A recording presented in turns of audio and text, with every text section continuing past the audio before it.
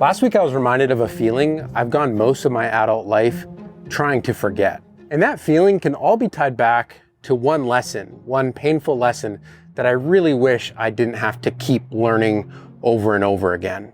I was reminded of this all last week when I was working on a really fun video for the channel. I was seriously having so much fun, and I ended up smashing my camera not once, but twice in a 12-hour period. And before you guess, no, the lesson isn't don't smash your gear on accident. That should be a given. It actually goes several layers deeper than that. And before we get to some of those deeper layers, it's hard to get past that first initial reaction, those initial feelings that is just so visceral when you break something that you value. It's this feeling that's very hard to encapsulate, but in the moments immediately after it happens, it is just so intense, the waves of just emotion that are sweeping over you.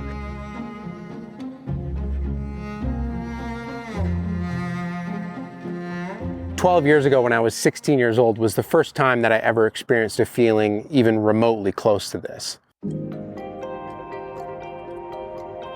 So the first job I ever had was a paper route when I was 12 or 13, and I made $76 a month, and I was saving up my money so I could buy snowboarding passes at the ski hill and actually buy a snowboard. Those were the first things that I cared about spending my money on. And so I ended up scoring a sweet deal on this red and orange snowboard at a swap meet, and I was just incredibly stoked. And then several years later, when I was allowed to work an actual real job, it was at a bike shop here in town after school and on weekends, I was saving up my money for a camera, my first camera. This was something that I was very excited about. I was researching so intensely. I was looking at all these articles, and this was right at the start of the DSLR revolution. So this was an exciting time, to say the least, to be investing in your first camera. And I remember taking $1,000 out of the bank and walking down to the electronics store and buying a Canon T2i.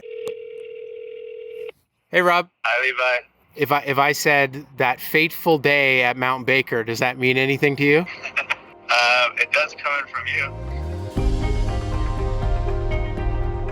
So I remember two very important things from that day. And one, I feel like, was one of the first times at least I got to see you land a clean 360 on your snowboard, which was pretty cool. Yes, yeah, I did. A really awesome backside 360, and I was really stoked. And then the second thing I remember is moments after that, riding with my camera bag down the hill, and then I had a big crash, and I landed on my bag and shattered the screen on the back of my camera. That is the second memory of that day. Those two things I remember from that day, the 360 and you breaking your camera. I remember it very well. Oh, you were bummed. You were so bummed.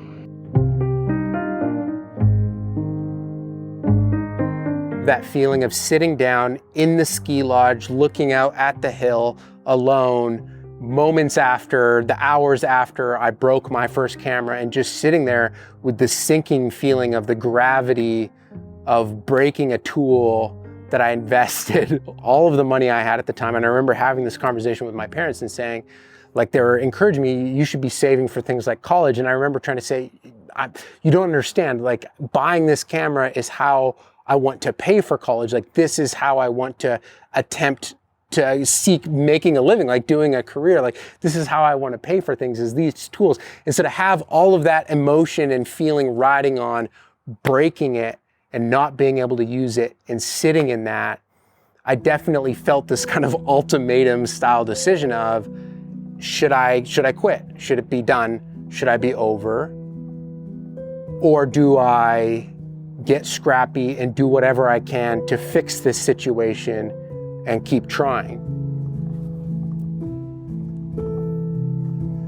So the lesson is, and the one that I'm having to reluctantly continue to learn, despite all my best efforts, is that anything worth doing, anything worthwhile, will always have a dip, a rough patch, a valley between the mountaintop experiences that you have to push through to see it completed. And this book from Seth Godin is actually titled The Dip, and this is where that idea was formalized in writing to me. And it's a nice thin little book, and the concept is fairly straightforward, but even on the back it says, what is the dip? And it's the 5th job interview where they never call you back. It's the 7th time you fall on your butt while learning to snowboard. It's any rough patch you have to get through before achieving your big goal. You see, I've accidentally fallen into this belief that as you do something for longer, the actual participating in it should become easier.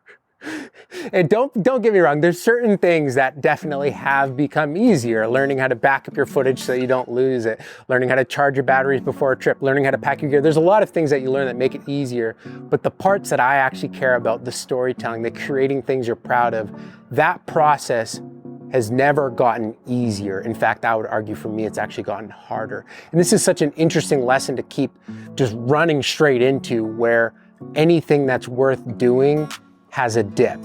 You have to push through a rough patch. You have to come face to face with a problem, with a wall. Ryan Holiday's The Obstacle is the Way. You run into these problems and you're faced with this decision of, should I quit or do I buckle down and keep going? In a lot of ways, maybe I'm fortunate that it took me another decade until I broke a personal camera again. So I guess what happened? Well, it's just silly mistakes. I was filming this sequence of trying to test drive the e-bike with the boat, and similar to how I knocked over the slide with the boat because it was hard to control, I also, when coming to a stop, my whole bike and boat tipped over, knocking the tripod with the screen swiveled out, and you just see it happening in slow motion and there's nothing you can do, and the screen smashed off on the ground.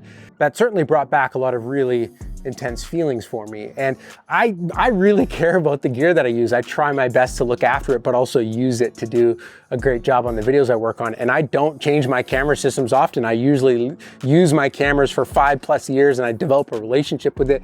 And it feels like this emotional connection with the tool, and I never want to get rid of it. So to accidentally smash something is tough. What is some practical strategies for actually getting through the dip, through that hard part, to actually see something through to completion? Well, I've got 4 techniques or lessons I want to leave you with in that regard. And before we get there, I want to talk about an incredibly helpful tool for making videos. And thinking back to those early videos that I was making, one of the big challenges that I faced on every single edit I worked on was just having music to use in the edit. I would search for hours for royalty-free music. And the first licensing service that I ever signed up for was Artlist. What I love is that their search tools make it really easy to find the music that you're actually looking for, because you can filter things by instruments present, by the mood, by the genre, and really narrow down the feel that you're trying to create for your videos. And I can usually find several great options in under 15 minutes. They have over 22,000 songs to pick from, and they're constantly updating their library with lots of new good music. And something that I appreciate is that they have the Creator Pro level. So this essentially means you can use all the music for any commercial project. So I've been using this not only on hundreds of channel uploads, but also on dozens of client projects where I still want to use great music. And also in this video as well, I used another one of Artlist's service, ArtGrid, where they have incredibly beautiful footage. And I grabbed a bunch of different shots that I needed just to flesh up my story a little more, because I didn't want to go out and shoot some new stuff, or maybe I didn't even have video clips of it in this case. And if you use my link in the description, you get 2 months free off an annual subscription. And they're really setting themselves apart as a hub for all things production value. So I definitely recommend checking out Artlist and the services they have. Thanks Artlist for sponsoring this video. Okay, let's finish with some practical techniques for pushing through the dip. For me, I use the fear of failure as a compass for the projects that I care about most. It's hard to push through a project and get it to completion if you don't actually care about it. And the thing that we forget is that projects always take a piece of us to finish. Creation takes a piece of us. So we don't want to be wasting that on things that don't actually matter to us. Okay, so my second technique is when you have a passion project or something that you really care about, actually put dates on the calendar to do it. I oftentimes will procrastinate because I think, oh, I need more equipment. Oh, I need more skills. Oh, I need more energy. Oh, I need to wait till I'm more ready. And all those are just ways to trick yourself. You're often ready to start now. So if you put dates on the calendar and actually make space for it, you'd be surprised your ability to actually show up for yourself when you've put those limiters on. Because when any date is possible, when it's like, hey, I'll do it anytime in the future, I'll get to it eventually, oftentimes that day never comes. Technique number 3, oftentimes we can get into deep ruts and dips in a project when it feels like anything is possible. And this can happen before we even start the project, and it can happen midway through, especially when we're editing. This is where you can meet a lot of friction because it feels like anything is possible. So we got to try every option. And what I found is putting limiters, putting constraints, putting railway tracks on the ground and saying, nope, we're not going to do these 100 other things. We're going to do this version, because there's always like thousands of options that you could pick from, and they're probably all going to be good. But what you need to do is say no to most of them and start picking on one. So narrowing things down for me, creating constraints deliberately, is massively helpful. Technique number 4, when you're close to the finish line or you're midway through and you're drained of energy and you're finding yourself just slowing down like molasses, you might think, okay, now's the time to go find some inspiration. And what I find is consumption always kills my own creativity. It always bums me out. It always makes it feel like my work isn't good enough. Like the opportunities that other people have are always better. And what's even the point? And look at all these mistakes that I made on my own project. So rather than consuming for inspiration, it's way better to go play. It's way better to do quality rest. And I've found so many good ideas that get connected when I'm doing nothing in relation to the actual creative project that I'm doing. And when I'm out on a bike ride, suddenly, boom, a problem solves in my brain and I'm fired up to go back and edit, fired up to go finish the project. And that's just a really helpful way for me to get through the challenging part of a project, is making sure that I don't go and consume, but I actually go and rest and play and come back to it with a fresh set of eyes. That's very helpful. I'd love to hear techniques that you use. That's it for this video. Thanks so much for watching. And remember, life's better when you make stuff.